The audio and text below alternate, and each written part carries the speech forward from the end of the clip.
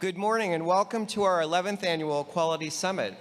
I'm James Giuliano and I serve as Vice President of Quality Programs at the Ohio Hospital Association.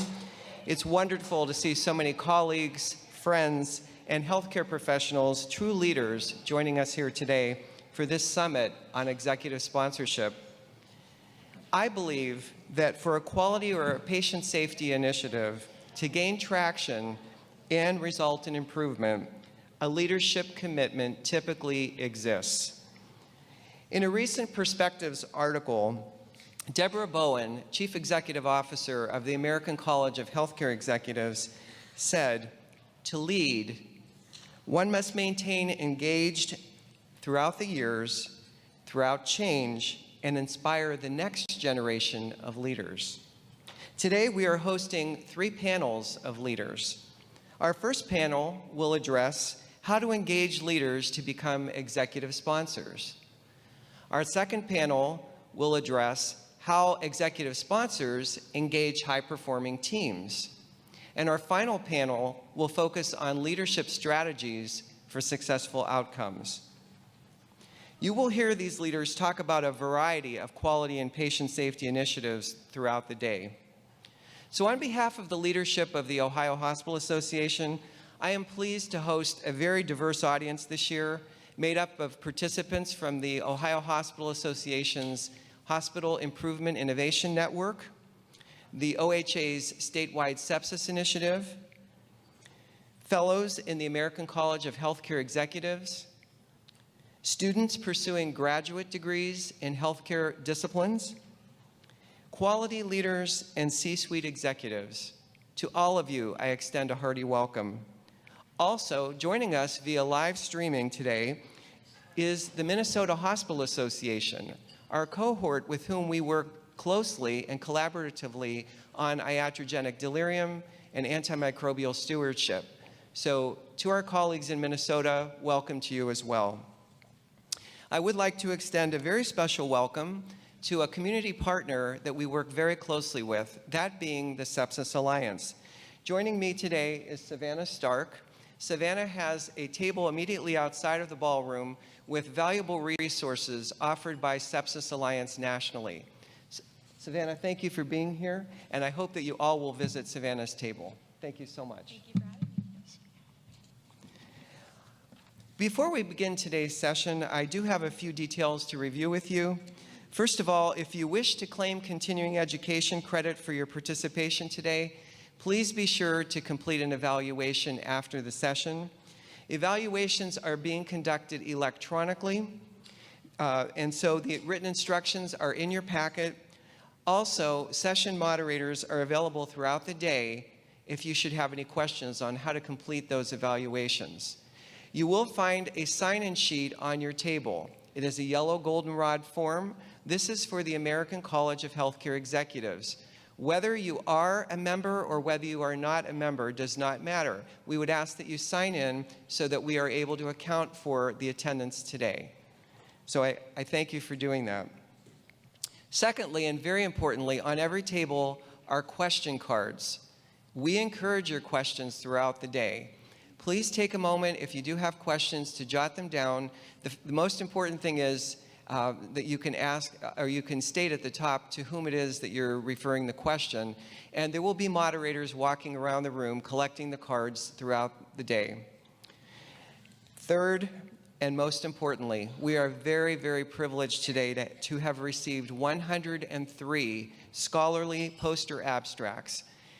These are available to you in a compendium with all of the abstracts. We encourage you to visit each and every one of the poster presentations as time permits throughout the day today. You will be receiving continuing education for your time spent visiting the poster displays. This is the work of our colleagues, and I'm very proud of the work that has been done in the state of Ohio. One only needs to walk up and down the corridor and in the overflow room to see the wonderful work that's being done by Ohio leaders, all of you in this room today.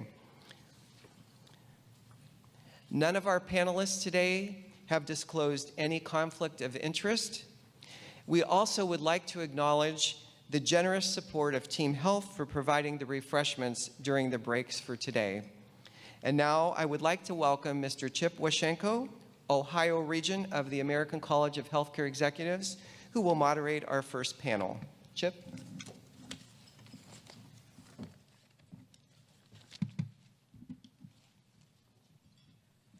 Thank you, Jim. Our first panel today will focus upon engaging leaders in clinical quality initiatives as executive sponsors.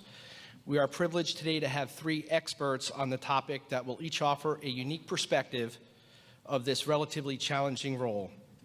Our first panelist is Dr. Julie Barr, MD, who is an associate professor in the Department of Anesthesiology, Perioperative, and Pain Medicine at the Stanford University School of Medicine in Stanford, California.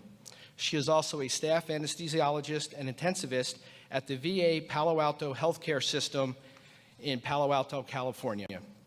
Dr. Barr has published over 50 peer-reviewed manuscripts and book chapters. She was the lead author of the Society of Critical Care Medicine's 2013 Clinical Practice Guidelines for the Management of Pain, Agitation, and Delirium in Adult Patients in the Intensive Care Unit.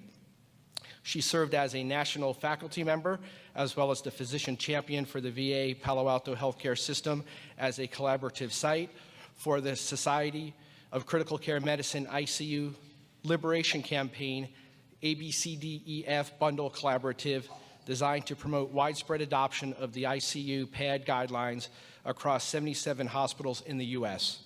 Dr. Barr is currently a co-investigator looking at the impact of implementing the ABCDEF bundle on ICU patient outcomes in over 17,000 ICU patients enrolled in this collaborative. She is also a member of the Society of Critical Care Medicine's ICU Liberation Committee, charged with developing a common set of performance and outcome metrics for the ABCDEF bundle. Dr. Barr has over 25 years of experience in critical care leadership, innovation, quality improvement, education, and research. She is passionate about improving the lives of critically ill patients. Dr. Barr completed her medical degree at Johns Hopkins University School of Medicine. We are honored today to welcome Dr. Julie Barr.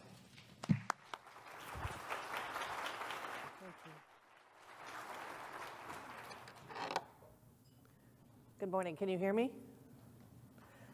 Well, thank you, Mr. Washenko. It is truly a pleasure to be here today, and I appreciate that very kind introduction. As he mentioned, my name is Dr. Julie Barr, and I come to you today from the West Coast. And I would like to thank Jim Giuliano for inviting me to this prestigious event. This, I have to say, is the largest audience of healthcare executives that I've ever addressed, and you are exactly the people I want to talk to.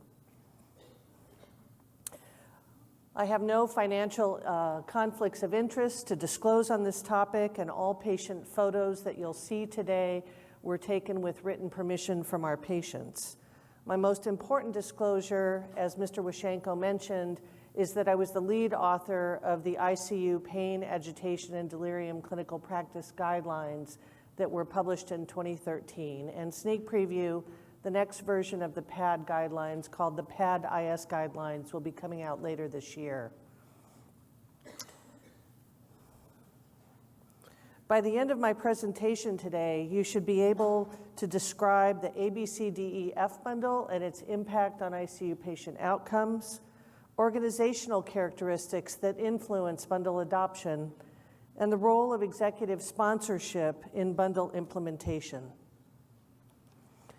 Pain, agitation, and delirium occur commonly, but are often poorly managed in critically ill patients, resulting in worse outcomes and higher costs of care for these patients. The ABCDEF bundle includes a series of evidence-based best practices designed to optimize pain, sedation, and delirium management in critically ill patients, and to integrate these strategies with ventilator weaning and early mobility efforts, while also engaging ICU patients and their families in care processes. By integrating these best practices together, we can potentially achieve greater synergistic improvements in ICU patient outcomes than if these interventions were performed separately. The specific objectives of the ABCDEF bundle are to optimize pain management, avoid deep sedation of patients, reduce delirium prevalence, shorten the duration of mechanical ventilation, avoid ICU-acquired weakness, and to increase ICU patient and family involvement, all in order to achieve significant improvements in ICU patient outcomes and reduction in healthcare costs. We know from implementation research that bundling evidence-based practices together helps to standardize care processes, reduce practice variation, improve ICU team communication, and ensures that all bundle elements are applied appropriately to every ICU patient every day. But does bundling these seemingly disparate interventions together really make a difference? And what's the evidence that the ABCDEF bundle significantly improves ICU patient outcomes and healthcare costs? Marianne Barnes-Daly and colleagues implemented the ABCDEF bundle in ICUs across 7 community hospitals in Northern California. Over 6,000 medical and surgical ICU patients received the bundle either partially or completely. They looked at the incremental effects of bundle compliance on mortality, delirium, and coma in these patients. They found that there were significant improvements in all 3 outcomes with both total and partial bundle compliance. Survival increased by 12% for every 10% increase in total bundle compliance, and by 23% for every 10% increase in partial bundle compliance. ICU delirium and coma-free days increased by 2% for every 10% increase in total bundle compliance, and by 15% for every 10% increase in partial bundle compliance. In other words, bundle implementation has a dose-response effect. This means that you don't have to achieve bundle perfection in your ICU to see a significant improvement in patient outcomes. In 2015, the Society of Critical Care Medicine, with support from the Moore Foundation, conducted the ABCDEF Bundle Collaborative to facilitate widespread bundle adoption by ICUs in the US. The bundle was implemented in over 77 ICUs over a 20-month period, including the VA Palo Alto Medical Surgical ICU where I work. We used a variety of quality improvement strategies to accelerate bundle adoption by the participating units. Over 17,000 patients were enrolled in the collaborative. Over the course of the collaborative, we observed significant increases in both bundle compliance and performance. Across collaborative hospitals, we also observed significant decreases in the duration of mechanical ventilation, ICU and hospital lengths of stay, and in-hospital mortality in patients. In our ICU at the VA Palo Alto, we observed a 27% increase in bundle performance over the course of the collaborative.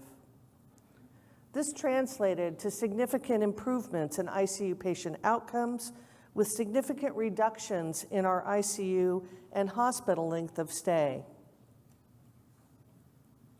The ABCDEF bundle has truly transformed the way that we now care for patients in our ICU.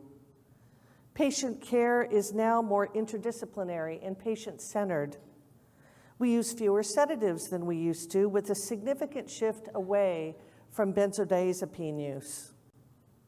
We use a more multimodal and opioid-sparing approach to pain management in our patients, and we are better at detecting delirium in patients, emphasizing non-pharmacologic delirium management strategies over the use of antipsychotic medications. Our patients are now more awake, alert, and pain-free. They are more interactive with their families and providers, and they can actively participate in ventilator weaning and mobility efforts. Families are more engaged with the ICU team, and they consistently participate in daily ICU rounds. Our patients are getting better faster and are leaving the ICU and hospitals sooner. These improvements in ICU patient care have translated to a $6 million cost savings last year alone at our facility. The bundle is likely to reduce other ICU preventable harms, such as device-related infections, pressure ulcers, venous thromboemboli, and fall rates, and improve the functional status of ICU survivors at hospital discharge, while also reducing skilled nursing facility discharge rates. Linking bundle implementation to these broader ICU hospital and discharge outcomes helps you to garner the necessary resources needed to sustain your bundle efforts and to expand the bundle beyond the walls of your ICUs.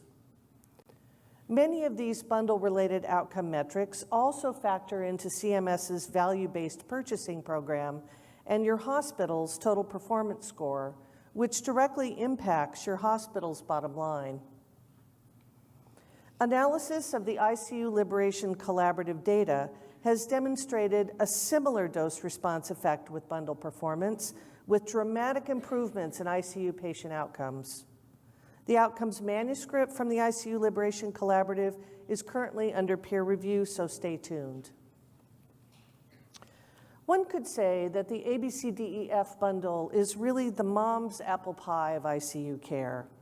Yet many hospitals and healthcare systems fall far short in their bundle implementation efforts.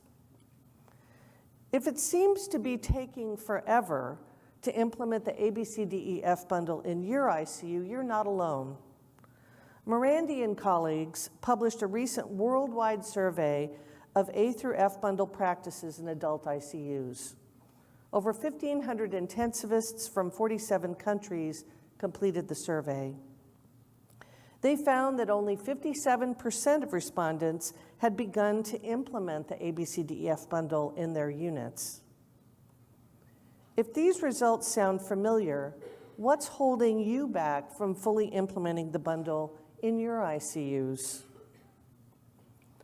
Michelle Ballas from The Ohio State University and researchers from the Michigan ICU Keystone Group have identified several common organizational barriers to bundle implementation, including provider noncompliance, poor team communication and care coordination, insufficient time, staff, and money, a lack of performance measurement, and weak leadership. Organizational characteristics, of high-performing ICUs that facilitate bundle implementation include high-intensity ICU physician staffing, daily interprofessional ICU team rounds, use of daily ICU goal sheets, checklists, and protocols that include bundle elements, adequate ICU nurse staffing levels, access to bundle data from the electronic health record, a collaborative work environment and a culture of safety in the ICU, and strong ICU and hospital leadership support for the bundle.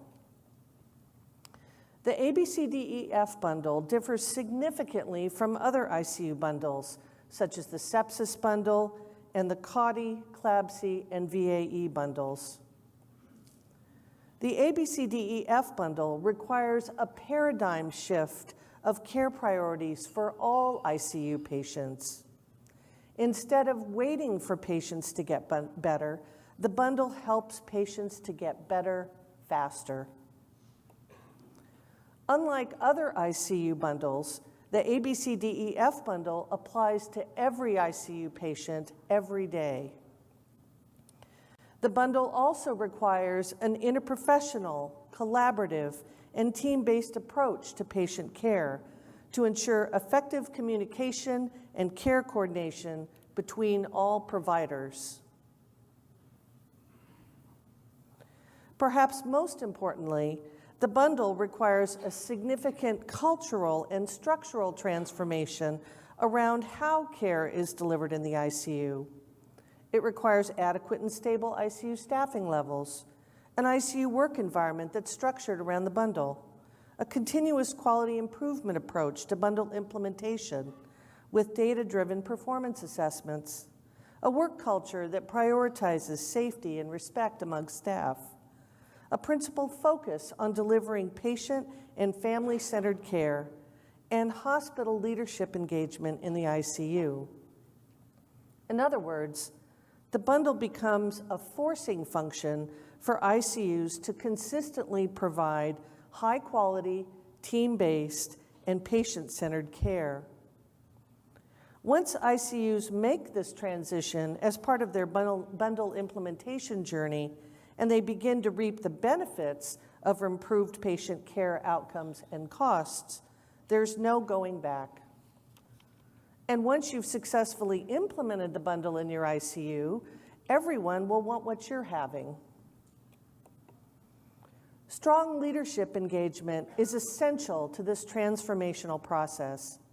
Hospital leaders can help to ensure that their ICU bundle implementation efforts have adequate resources to guarantee their success, are in alignment with the hospital's core values and strategic plan, provide an adequate return on investment for the facility, and help to spread the bundle across the organization.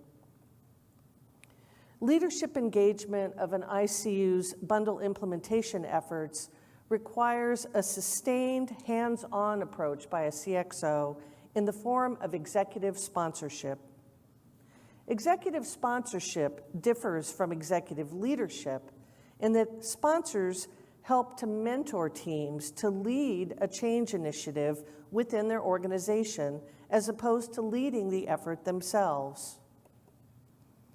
Healthcare C-suite executives bring several important skills to a bundle implementation team, including strategic planning, change leadership, financial literacy, organizational awareness, analytical thinking, communication skills, and institutional collaboration across departments. An executive sponsor of a bundle implementation team can provide needed resources, including people, money, training, prestige, and publicity, provide project guidance and oversight to ensure successful bundle implementation, support innovative changes to improve ICU care delivery, promote collaboration and cooperation across bundle stakeholder groups, and provide leadership development opportunities to bundle team leaders. Executive sponsorship of the ABCDEF bundle requires focus, commitment, and communication. Executive sponsors should expect to spend at least 3 to 6 hours per week on bundle sponsorship activities. They should regularly attend bundle team meetings, educate themselves about the bundle and effective implementation strategies, and set team expectations for bundle deliverables and timetables. Executive sponsors should choose and support a strong bundle team leader and provide leadership development training. Sponsors should work directly with the team to establish a bundle implementation plan with concrete goals, resource commitments, and a corresponding timetable. And they should consistently follow through on their commitments made to the bundle teams. Sponsors should communicate clearly and regularly with teams. They should help teams make clear connections between the bundle and other organizational priorities. And sponsors should actively promote the bundle across the organization. The ABCDEF bundle helps ICUs and hospitals to achieve the triple aim of ICU care by lowering costs, improving ICU patient experiences, and enhancing ICU population health. Executive sponsorship of the ABCDEF bundle can help ICUs and hospitals to realize these goals. ICU care is the most expensive health care that we provide to our patients, and demand for critical care services will continue to grow for the foreseeable future. Implementation of the ABCDEF bundle can help you to improve the quality, safety, and value of care in your ICUs by transforming the practice of critical care delivery and by reducing preventable harms. It also helps you to transition from providing volume-based to value-based care for your sickest patients. Throughout my entire career, the definition of clinical success in the ICU has been the survival of patients that I have cared for. If a patient left the ICU alive, I did my job. But there are significant long-term negative impacts of what we previously considered to be the standard of ICU care: deep sedation, prolonged mechanical ventilation, and immobility of patients until they got better.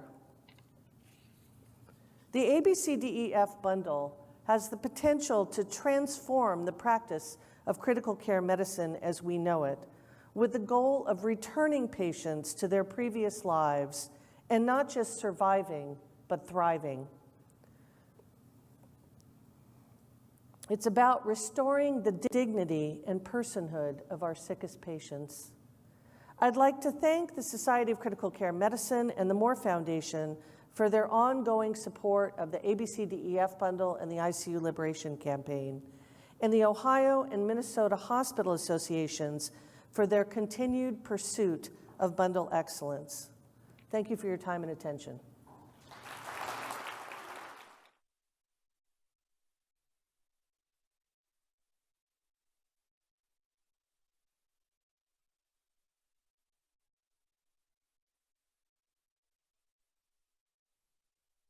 Panelist is Dr. Byron Scott, Deputy Chief Health Officer at Simpler Consulting, IBM Watson Health. He is currently the practice leader for large integrated health systems for a global management consulting organization that helps healthcare organizations improve performance and quality using lean. He previously was the Associate Chief Medical Officer for Truven Health Analytics, where he supported hospitals, employers, and health plans using data and analytics for quality improvement. Dr. Scott is also an adjunct faculty member at the University of Massachusetts Amherst Eisenberg School of Management, where he teaches a healthcare quality and performance improvement course. Dr. Scott completed his medical degree at the University of California, San Diego, and holds a Master of Business Administration degree from the University of California, Los Angeles. Would you please join me in welcoming Dr. Byron Scott? Thanks. All right. Can you guys hear me okay? All right, good morning. So thank you, the Ohio Hospital Association, for having me today. It's always an honor to talk to various people that are involved in quality, something that I'm clearly passionate about. So before we get started, how many people are quality directors or on the front lines of driving quality in your organization? Raise your hand. All right, so maybe half the audience, okay. How many nurses in the room? Oh, wow, there we go. And how many physicians? I know there's a few of you in here, a couple, all right. Any chief executives, CNOs, CEOs, CMOs? Good handful, okay. Any hospital board members? I don't see any hands. All right, that's all right. So what I'm going to do is really just kind of talk a little high level about driving quality and what I think are some of the key things. And really, this is my perspective of practicing medicine for over 25 years, and then also having leadership roles within hospitals and health systems, but also the past probably 8 years of my career working with various hospitals around the U.S. in various aspects of my work. And then also some of the things that I try to teach young leaders about healthcare quality, and of course I do every year. Make sure I'm doing this right. So this slide really just highlights what I think are some of the key things if you're going to drive clinical quality initiatives. I mean, obviously you need to have leadership commitment. This starts at the top. Hospital board, this is really critical. The C-suite, the CEO down, and then every leader at every level of the organization. And then data and analytics. I mean, you cannot drive any performance or anything around quality without having good, reliable data. And again, I'll go in more detail on all of these. But then every organization needs to have a particular strategy that they use, that's consistent, that's deployed across every aspect of their organization also. So let's talk about leadership commitment. So one of the things that I teach in a course every year is there's two things around leadership and quality. Your role as an individual, but then also as an organization. You know, as an individual, you know, leaders must be, you know, very energetic and passionate about the work they do and able to really drive performance in their teams. But they also need to understand and teach, you know, and develop mentoring young leaders. I mean, that is critical as we go forward in organizations. And then there's this thing called innovation. You know, we hear that a lot in healthcare, but this is key because it's about being able to think outside, you know, the box and creating strategies to drive quality initiatives. And then from an organizational level is very important because the organization needs to clearly define what they're doing and really drive it down through every part of the organization. They need to make sure they train and develop, you know, everyone who's involved in quality initiatives so that, you know, it can be driven, you know, in every aspect. But then also build will really means, you know, making sure everyone is held accountable. And then I mentioned innovation.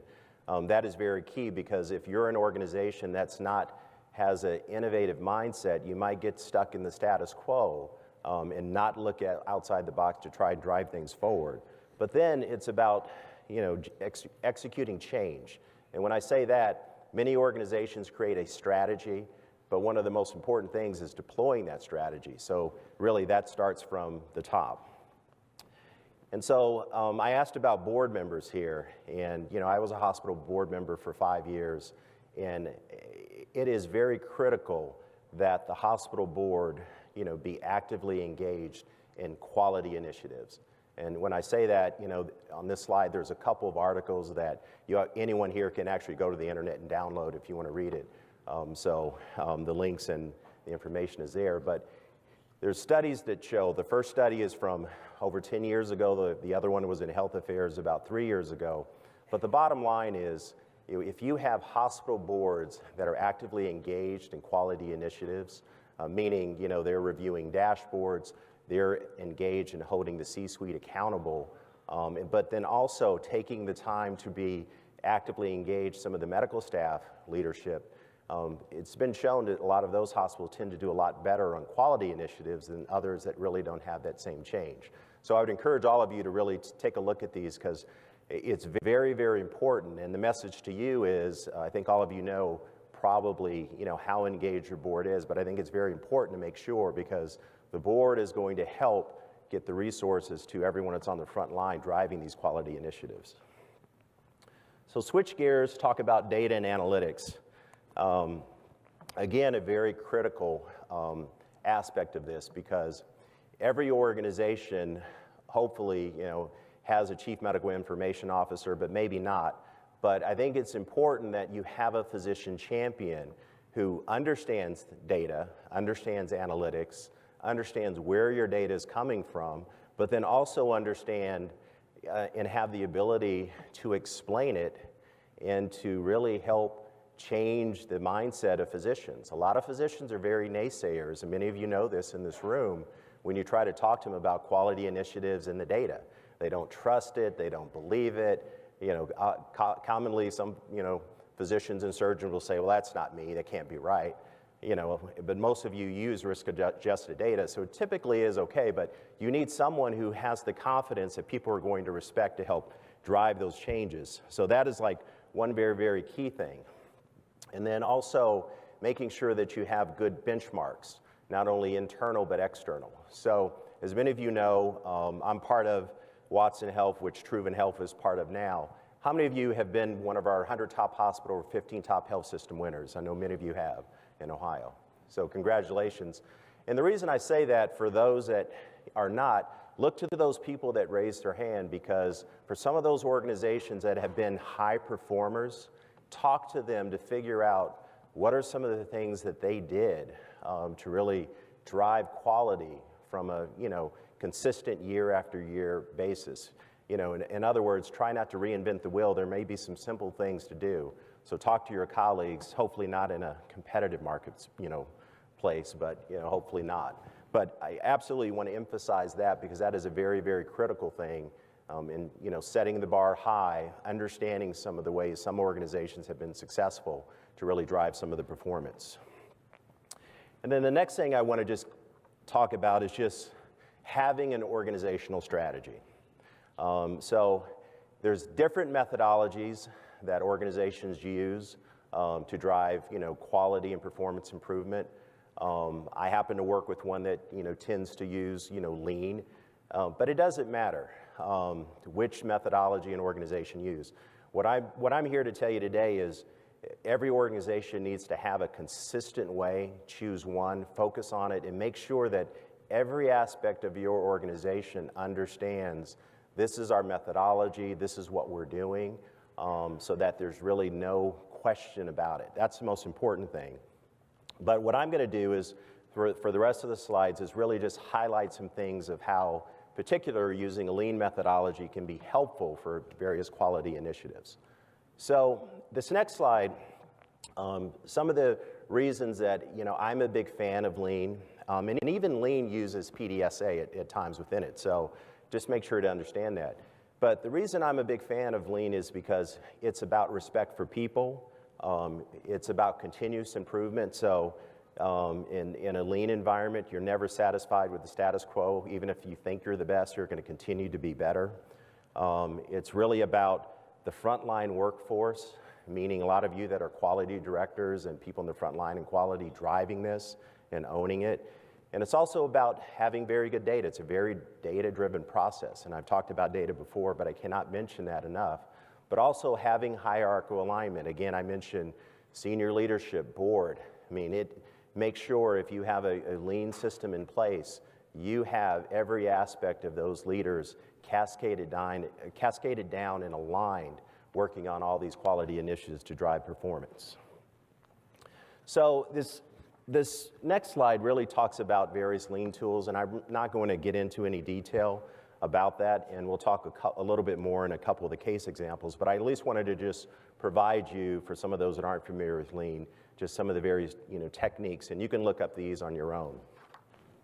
But one of the things I wanted to focus on is this whole framework of really, if you set up the strategy at the top level, and in lean this is called true north and developing true north metrics, to really, as I mentioned before, a focus on people, that's the human development aspect, but then quality is a huge part of lean and true north, which is what we're going to talk about mostly, but then also delivery, service, cost, productivity, and growth, because one of the things you have to remember when you're doing quality initiatives is all these things tend to overlap, and any impact on one is going to impact what you're doing in quality, so you have to make sure that all those are clearly aligned. But one of the successful things in any organization, whether you use lean, PDSA, it really doesn't matter, is you have to have standard work.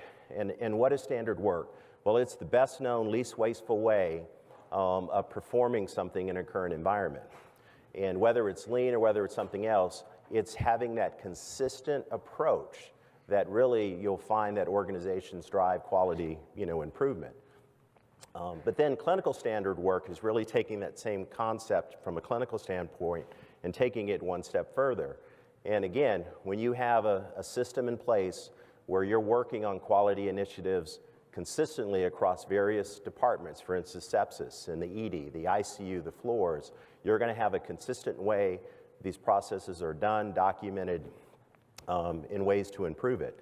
But then you're also going to have, typically daily rounds, and then with people on those teams having defined roles that they understand clearly day in and day out. No matter who's representing someone on that particular team, in those rounds daily, everyone's clearly understands what their role and defined role is supposed to be. So the next slide here, this is actually a case study, and at the end of this PowerPoint, you can actually go download it. So, and I'm just going to highlight this, but this is actually a case study from Johnson Memorial Hospital, which is part of the Mountain States Health Alliance, which many of you know now is called Ballad Health after a merger acquisition last fall that finally went through. But we worked with this client for over 5 years in actually every part of the hospital. But again, as I mentioned, those True North metrics, quality was a very important part of one of the things that the senior leaders defined as, hey, this is one of our consistent pillars that we're going to do value streams and rapid improvement events in different parts. So quality was one key component, and obviously you can see finance, growth, people, innovation as another thing. But one of the things that they did as an organization is really tried to highlight, what were some of their biggest challenges. And since I know sepsis is a big deal, I'll show you a little bit of some of their results and some of the work they did and, around the length of stay in sepsis. But one of the things they wanted to focus on, just from a general standpoint around quality, was to improve and reduce their length of stay work. And if you look at, some of this, and I won't go through all the details, you guys can read this, but over a 2-year period of time, creating, a particular, value stream working on reducing length of stay. And again, it started in the ED, the floors, the discharge process, and everyone doing a pretty consistent approach of how they're driving. They were able to drive length of stay pretty significantly, not only for the inpatients, but for the ops patients. And as a side note, also reduce, cost at the same time. And so as we talk about sepsis, this was a huge issue for this organization. I'm sorry.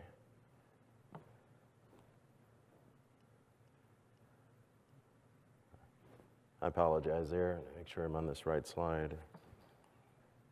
All right. So sepsis was an important issue with this organization. And so they created, value streams, did rapid improvement events across every aspect in the hospital. And again, when you look at septic patients, sometimes they can come in from a walk-in, a direct admit, most of the time probably through the emergency department.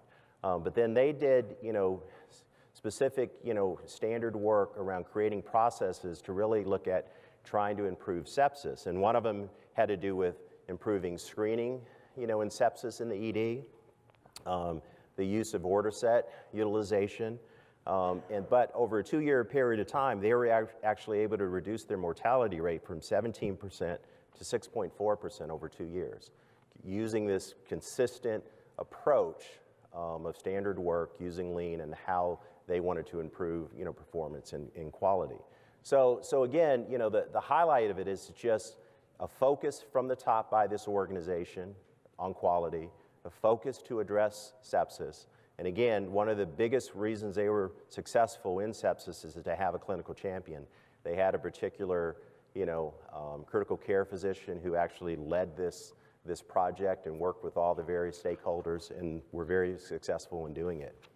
One of the other things that this organization did also was to focus on joint replacement. And over a 2-year period of time, they were able to reduce their readmission rate from their joint replacements from 8% to 2%, with also reducing costs. So again, just using this standard approach, focusing on quality. And again, there's many other examples that they picked around quality initiatives, but just wanted to touch and highlight, a couple of those. So one of the things I want to mention is one final thought. So how many of you think you have burnout in your organization?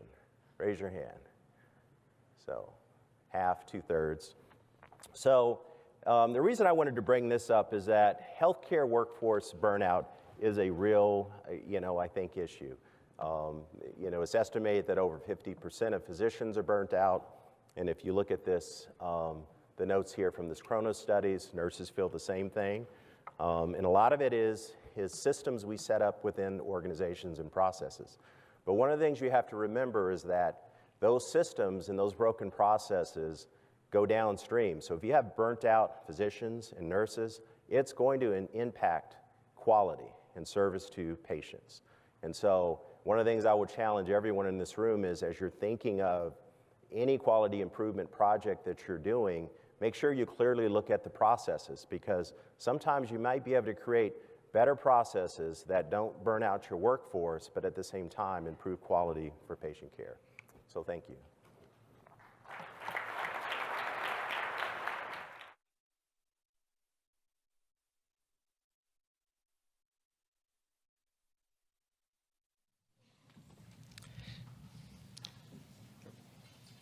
So next, I would like to introduce Rob Montagnese, President and Chief Executive Officer of Licking Memorial Hospital in Newark, Ohio. A true advocate for quality and patient safety, Rob serves on the Institute for Healthcare Innovation Board of the Ohio Hospital Association. He holds a Master's of Healthcare Administration degree from the Ohio State University and is a certified public accountant. To hear from a hospital CEO's perspective, let's now welcome Rob Montagnese.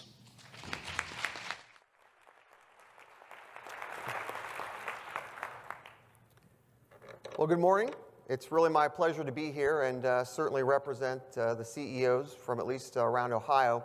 And let me preface my remarks by recognizing that what we do may not work for everybody, but certainly there may be some things you can take back that are practical to be implemented in your facilities.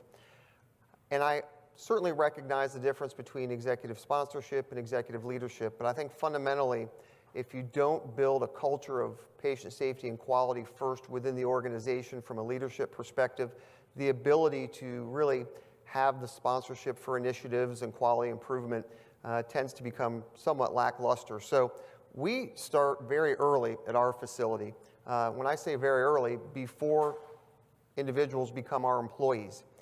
We feel it's important that as individuals apply to our organization, they understand the importance of patient safety and quality. And during the application process online, they're required to watch a video where I speak to this and some of our other clinical leaders, and we even give them a short test to make sure they actually paid attention prior to them submitting their application. And I think that really sets the standard very early, prior to them even being interviewed for a position. Certainly then, we employ a number of physicians, as I'm sure many of your health systems do as well. And I interview all of the physicians that we employ.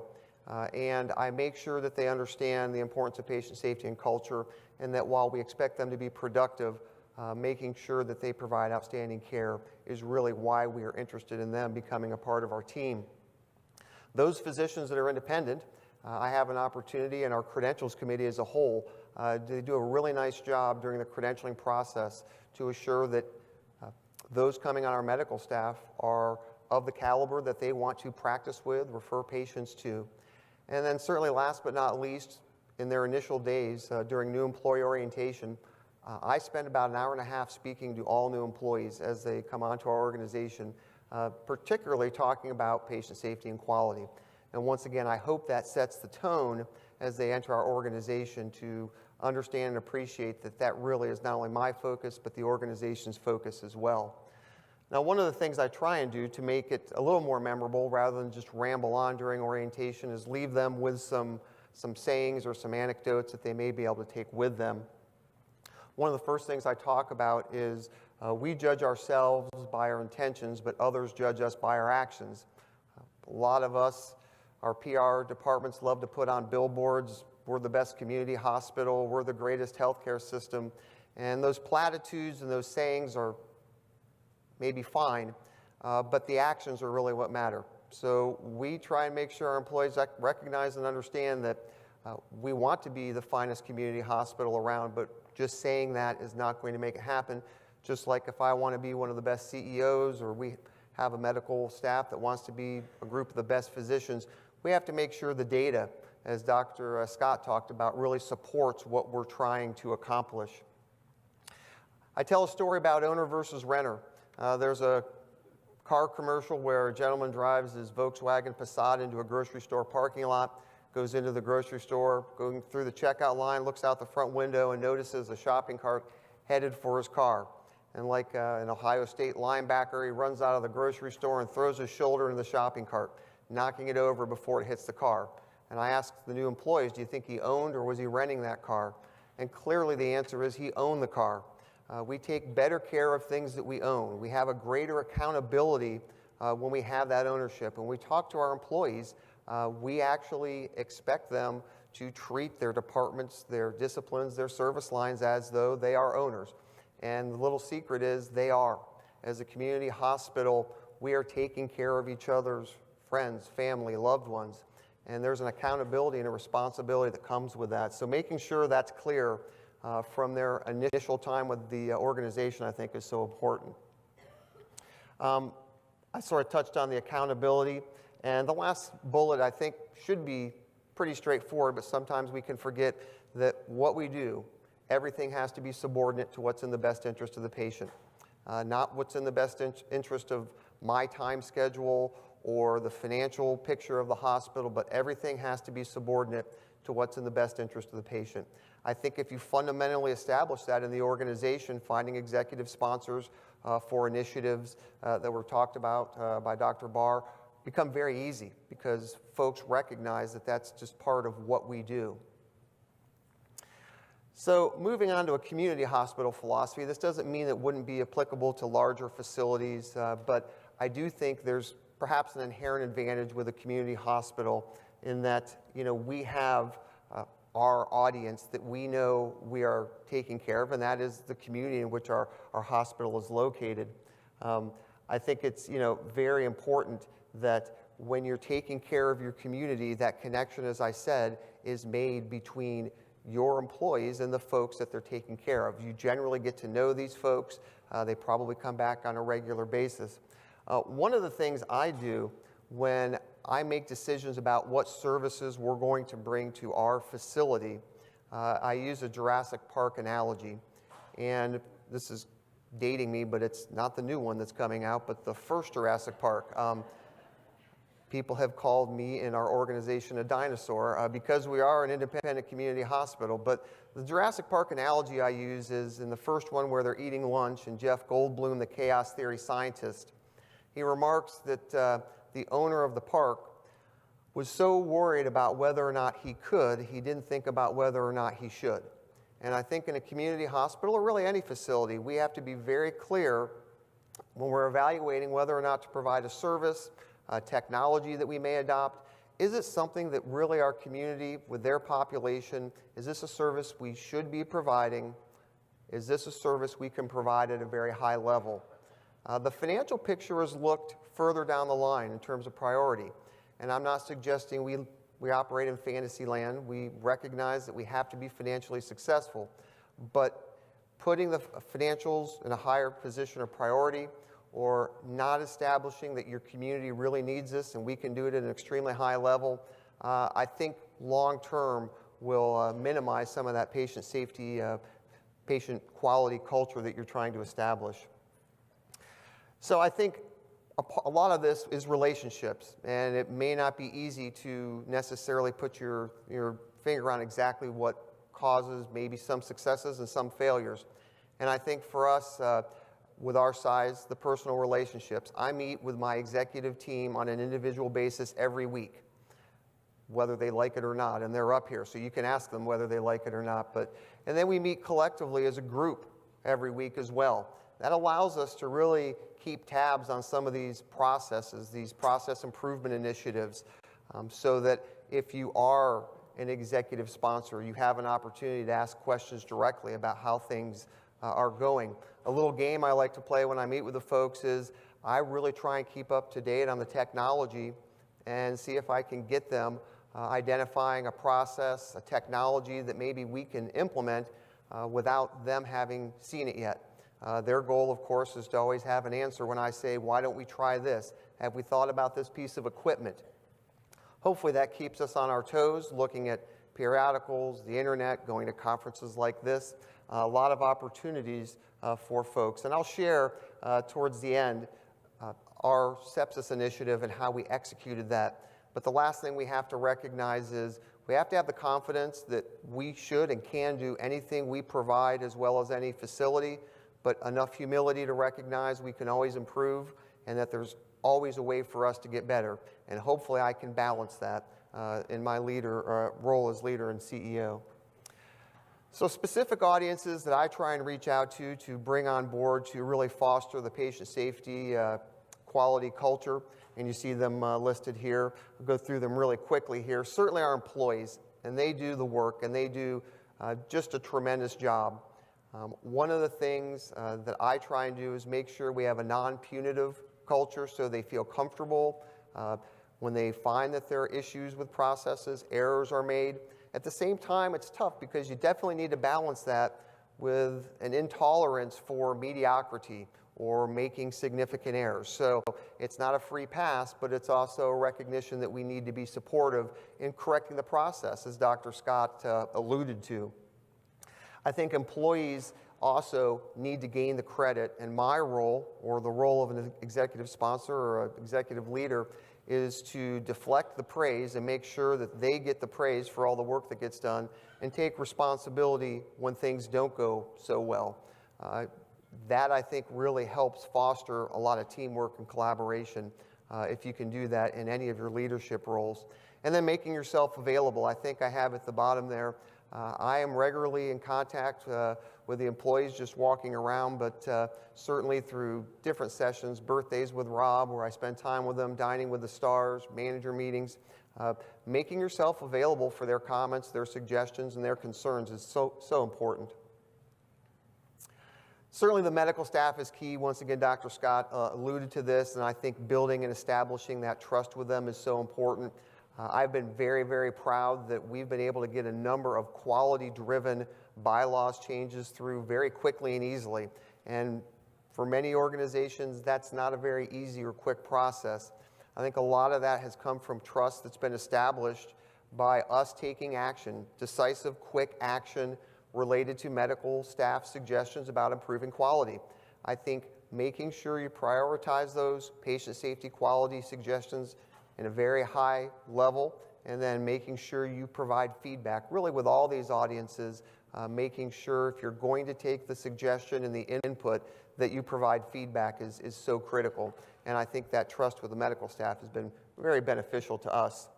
Once again, Dr. Scott mentioned the board of directors. These are leaders in their own industries in your communities, and it's important that they recognize that they're leaders of your healthcare organization and they provide invaluable feedback. We actually share with them every board meeting highlight a quality service line or program and speak to them about the data and the initiatives within that particular area.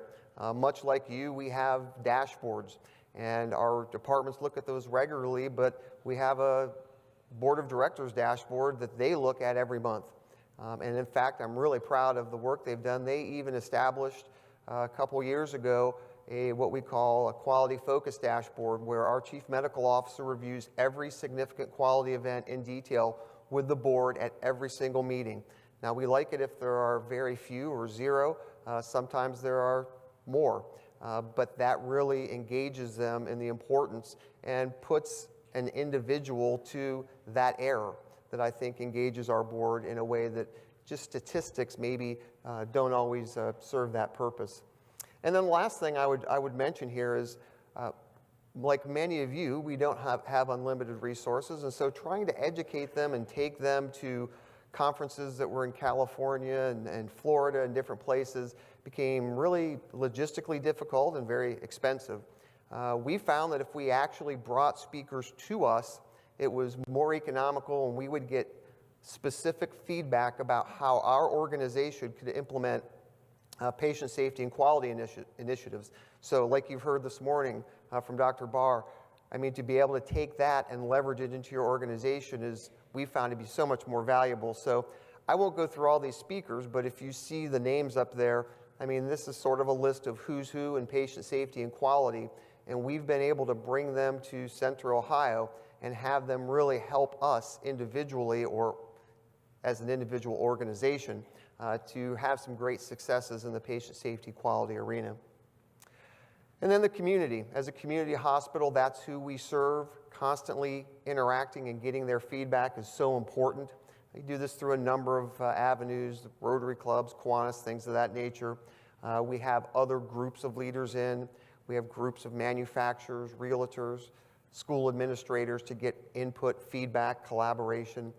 All of it is just so valuable and important. I think making yourself available organizationally and individually in my role is critical.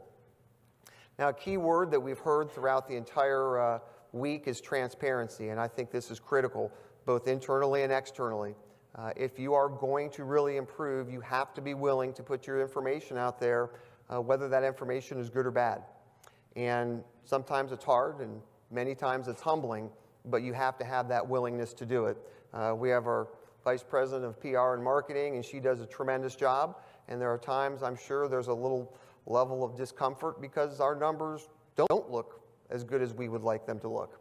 But we have dashboards that we've published for years, and they're available on our website. If any of you are interested, I think they go back 18 years. Far more data than would be required by any of the CMS or any other entity, because we think folks have a right to know. And I think that transparency lends itself to a culture of trust and safety. And I think that goes internally as well. It really spurs our employees, because they know their data is going to be made very public. They want their department to look very good. They want their organization to look very good. So that accountability comes back in. Last saying there, and I don't mean to be condescending with this saying, but we talk about people do what you inspect, not what you expect. You know, I expect my kids to keep their rooms clean, but if I don't go in and take a look every once in a while, we don't end up with any dishes in our kitchen. So we have to balance this out. Now, I'm not suggesting, once again, that's probably not a perfect analogy in the sense of, but you know, you choose the data and the processes that are really valuable and make sure you regularly follow up on those. That will be extremely valuable in your improvement. And then getting towards the end here, just do it. I think a lot of times we spend so much time planning and doing all kinds of focus groups and bureaucracy that we never just do it. We talk in our organization about we do not want to move at glacier-like speeds. We want to move very, very quickly. And with our size, I think we have an advantage. That's something we can leverage. So I use the Titanic analogy, excuse me, up there. As a community hospital, if we see an obstacle, an impediment, an iceberg, we're nimble enough and small enough that we can avoid it. A larger system maybe has you know, several hospitals, thousands of beds.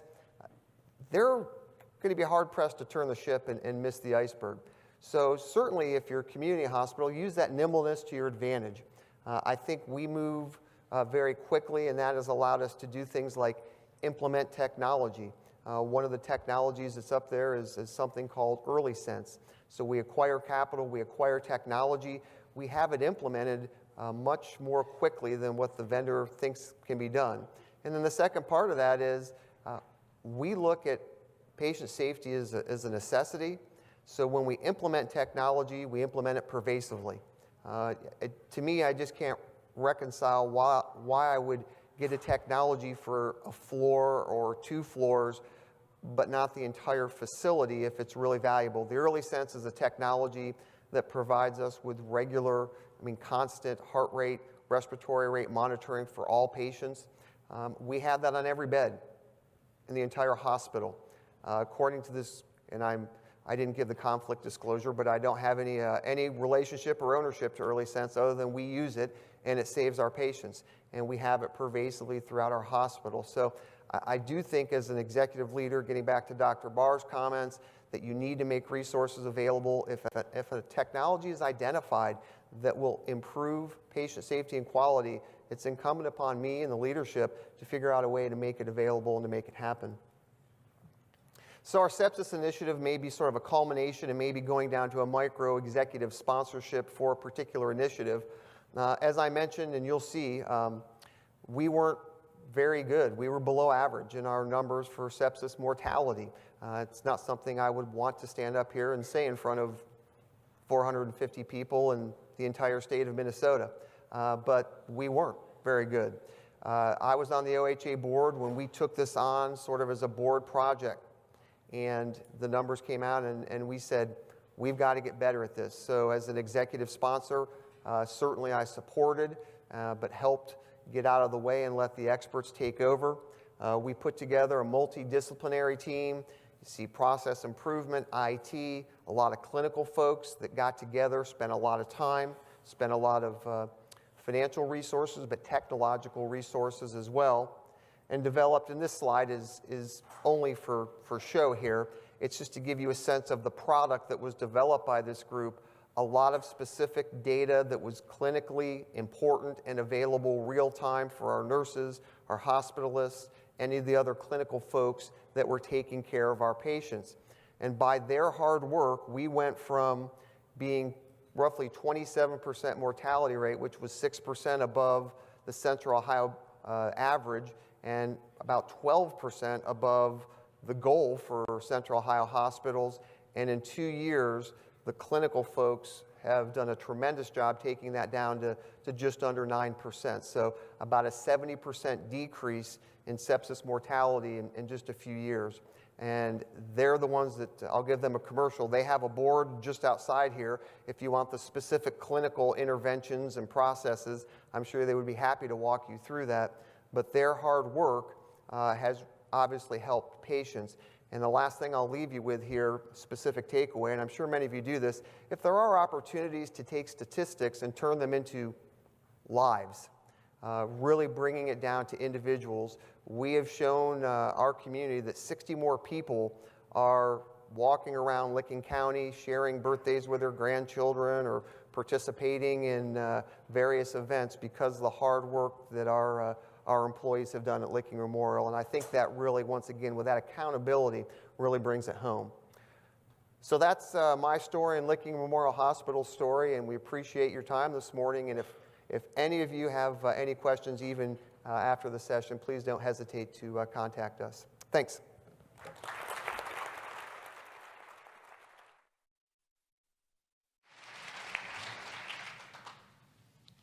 All righty. So at this time, we will take your questions, and we encourage you to continue submitting questions or comments. And I do ask that for the session circulators, if you do have a question, to just hold them up so the session circulators can stop by and pick up the question. So our first question this morning is for Dr. Barr. Question is, how did you develop buy-in from a busy ICU staff for the bundle components such as early mobility for the vented patient? Is my mic on? Can you hear me? That's a great question. I think that the bundle is such a foreign concept to most ICUs who haven't begun that journey, and it can be overwhelming. It's really a journey of 1,000 steps.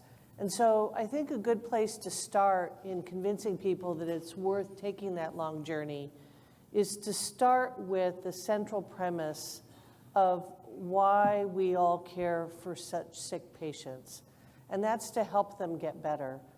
And I think that when you kind of turn the notion on its head, that the way we have traditionally practiced critical care medicine for the last 40 years has been wrong, and that we're not really helping people by keeping them in a drug-induced coma and keeping them in bed.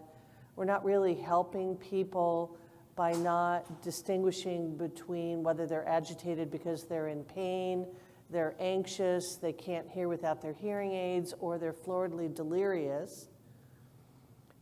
So I think delicately broaching that subject, but really dealing with it head on with staff, it can really be transformative. So people have to understand that the old way of doing things is actually bad for patients, and that can be a very hard pill to swallow.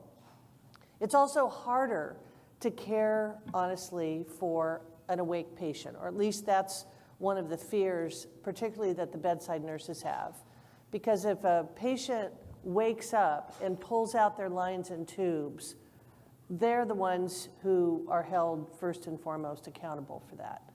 So I think convincing not only the nursing staff, but other providers in the unit that you can safely have an awake patient on a ventilator and get them out of bed and walking them around, as I showed you in several slides, is not only doable, but it's better for patient care and outcomes. So once you get around the fear factor, what are the other barriers to getting people out of bed? Well, time. If the nurse thinks that it's going to be up to them to mobilize a patient, whether they're on a ventilator or not, and nobody's going to help them, that's going to get pushed way down to the bottom of their work list.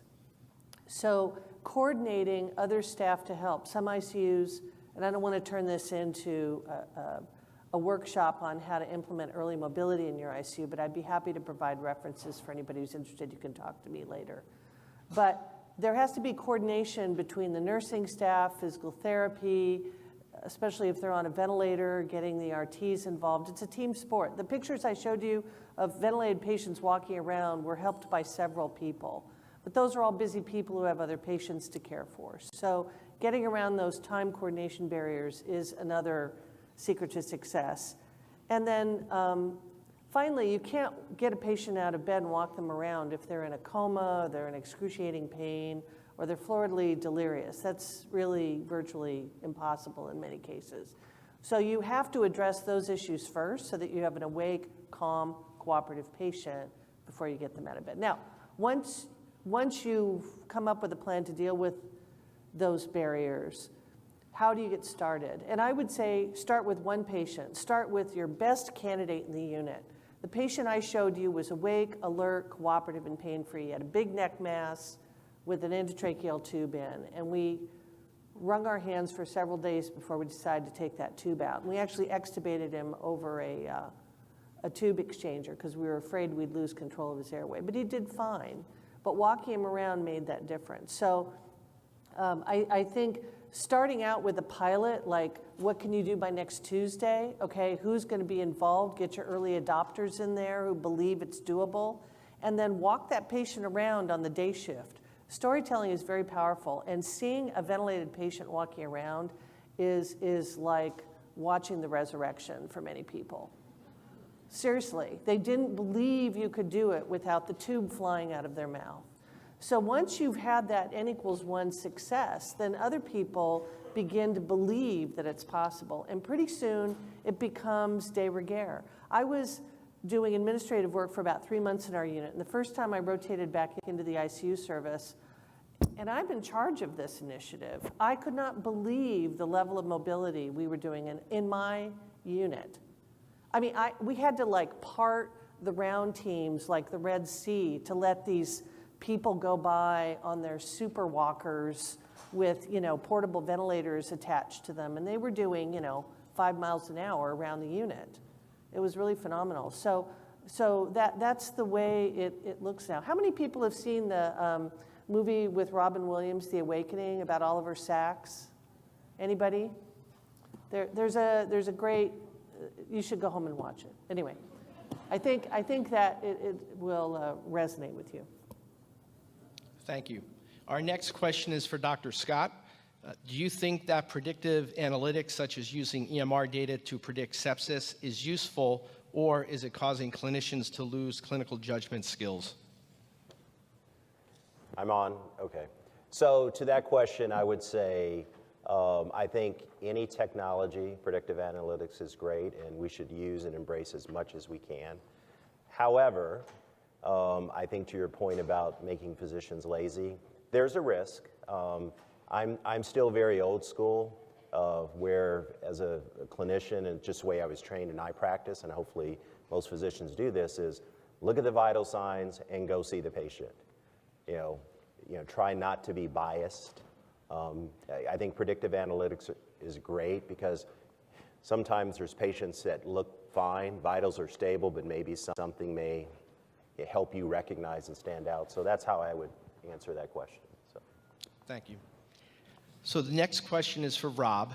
When you are approached to support a quality effort financially, what criteria do you use in your decision making? And as a corollary, there's a similar question for Dr. Barr. How would you address the argument that dollars saved through the implementation of the bundle are only cost avoidance and not real dollars saved? Do you want me to start? Yeah, I'll highlight it. And I am a CPA, so I come from the financial realm. But the first, really the two criteria are, can we provide this service at a very high level? Can we recruit the nurses, doctors, whatever, to provide at a very high level? Will our population support this? Do we have enough folks where our volume will be good enough? And that really is very related to whether or not we can do the service at a high level. If those two questions are answered in the affirmative, then we'll get to the financial picture. And unless it's significantly financially difficult, it's my job to figure out a way to make it happen.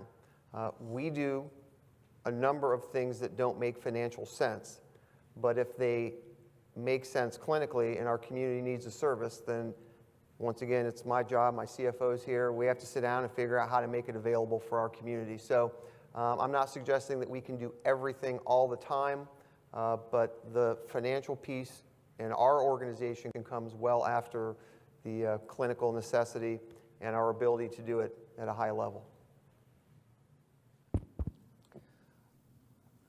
I'm going to preface my answer by asking for a show of hands. How many of you suffer from an ICU bed shortage?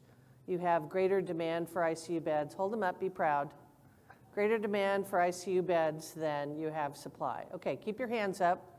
How many of you, as a result of your ICU bed shortages, have backups of patients in the ERs waiting for beds? How many of you have to cancel elective surgeries because you don't have an ICU bed? Okay. And how many of you have transfer delays of sick floor patients into the ICU because you don't have an ICU bed? Okay.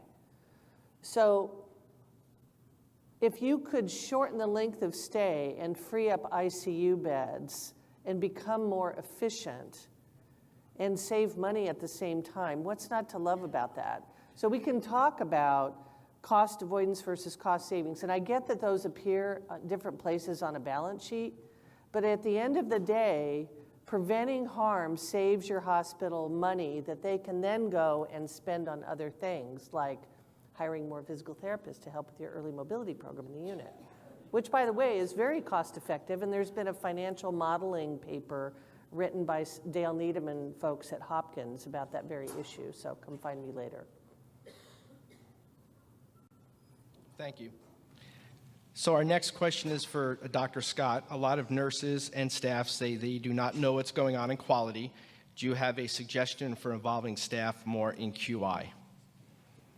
So this is one of the things, as I mentioned, why I'm a big fan of lean, because if you create a program that's, has a management system that incorporates lean, you actually have dashboard scorecards, visual management that's displayed across the hospital all the time, where people round, and every leader has to come to these rounds. The CEO, the CMO, the quality director, the physician leaders, and anyone else who wants to attend as a part of it. So I think that is absolutely just one way to engage, is creating, regular, huddles, rounding, and having visual management dashboards that are updated, in some cases daily, that people can look at what are some of the issues that are problems, and make sure that the front line, the nurses, the physicians, have the tools they need, so that something that was missing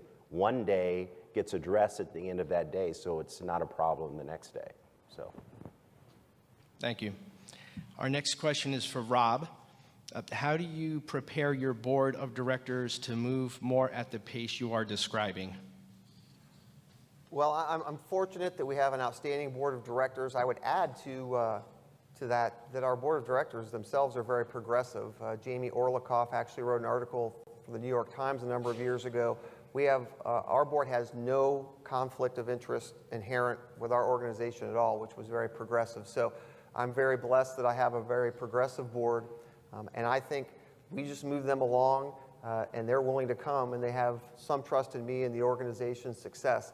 One thing I would add to that I didn't mention in my comments, and I'm sure some of you do this, but we symbolically place all the quality reports and the quality information higher on the board agenda than we do review of the financial statements. And I think if nothing else, that definitely sets the tone that we're not going to try and rush through the quality reports at the end of the meeting if they have to leave, but we're going to start and spend more time with quality than the financial components. So I think that's something you could do at your organizations, but it's just finding board members that are willing to invest their time, are interested in your hospital, and we're good to go.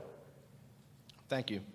Our next question is for Dr. Barr. Is the ABCDEF bundle easier or more advantageous to implement in a closed ICU model than an open ICU? So, a closed ICU model, for those of you not familiar with that term, implies that it's an intensivist-run unit. So, primary team, surgical or medical or other specialties, admit patients to an ICU, and they turn over the care to an intensivist. That's one extreme. The other end of that spectrum is an open ICU where there are no intensivists and primary services admit, follow, and care for their patients in the unit until they leave. And then there's a spectrum in between those two ends of the ruler. So what we know is that having intensivists in the ICU responsible in some fashion for every patient who's admitted there, either as a mandatory consultative model or a shared collaborative care model with the primary team or a closed system, is associated with significantly better outcomes for patients. And it's hard for hospitals to wrap their heads around the expense of hiring intensivists as employees or as a contract group to come in and provide that care because they don't come cheaply. But Peter Pronovost at Hopkins has written several excellent articles showing the return on investment for hiring intensivists is significant. Having said that, there's not enough intensivists going around. So in our ICU, that was a problem. We've hired ICU nurse practitioners. I don't know what we did without them. That's another model. But certainly having somebody trained in intensive care who's looking over the patients every day, who are invested in the quality programs of the unit. They don't have a busy clinic, they don't have a busy surgical practice that they have to put their primary energies in, makes a huge difference in your ability to implement complex things like the A through F bundle. Thank you. Our next question is for Dr. Scott. On a claim, why do we need to re-wait for adjudication for data? Why not just report episodes to provide more real-time data? So not sure who asked that question, not to put you on the spot, but I'm just trying to understand the particular tool or solution. I think I know what it is, but I want to be sure. Is it care discovery? Sure. So, Lean Six Sigma Black Belt on the presentation. I work for an accountable care organization, so we don't have the, I'll speak in hyperbole for a second. We don't have access to real-time EDW data, so we have to rely on claims. There is an ICD-10 code that's being sucked into its dead engine, and then subsequently maybe fracturing an ankle.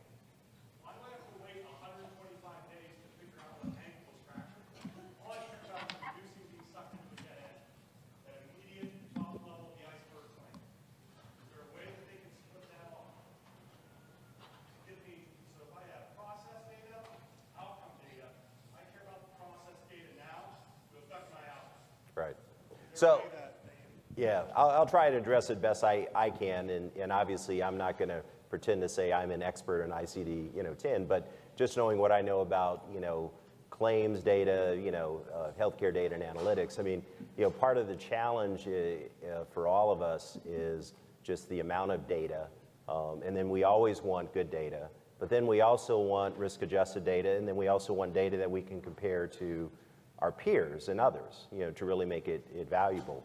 I honestly can say years ago, not even more distant past, there was always challenges with the technology, things around patient identification. HIPAA makes it even more complicated to make sure we're very careful about how some of that data is done. Obviously, if you're have an electronic data warehouse within an organization that's able to do a lot of that, I think you have, hopefully more flexibility to process and do some of these things. But if you're using outside organizations, and we are one of them, and the Legacy Truven was one of them, part of it was the challenge of, getting the data to us securely, then our organization doing something with that data, and then trying to get that data back securely to it. And that was always very challenging because there were all these safeguards to protect that information so it's not, out there. So that's part of the challenge. The hope is, I think in the future, cloud-based blockchain can provide more ease and quick of doing some of that. But to your point, I would agree. If you're able to do a lot of those things very in-house in a very methodical way that's you feel you have good benchmarks, then great. But that's, I think, some of the challenge. So we can talk more offline if you want, and I could probably put you in touch with some other people that might be able to talk to you a little bit in more detail beyond that too. So. Thank you. So this is the final question of the session. This is for Rob. Do you face any qualms about letting your community know that you are now saving 59 more lives from sepsis, which implies in the past there have been unnecessary deaths?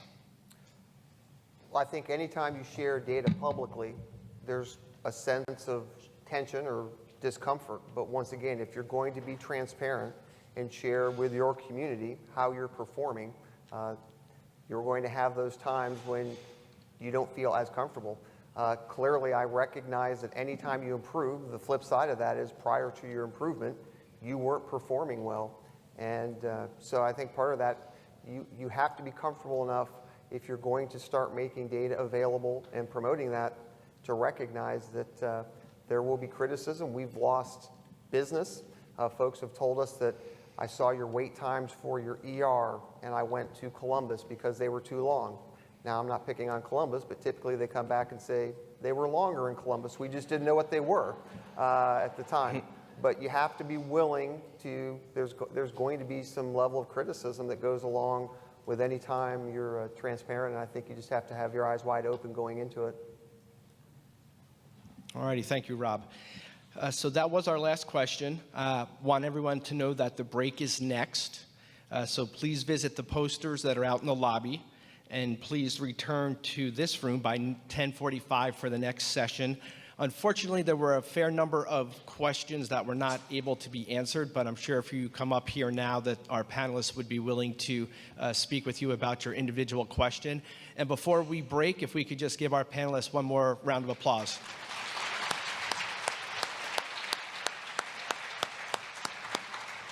So thank you, and we'll see everyone back here at 10:45.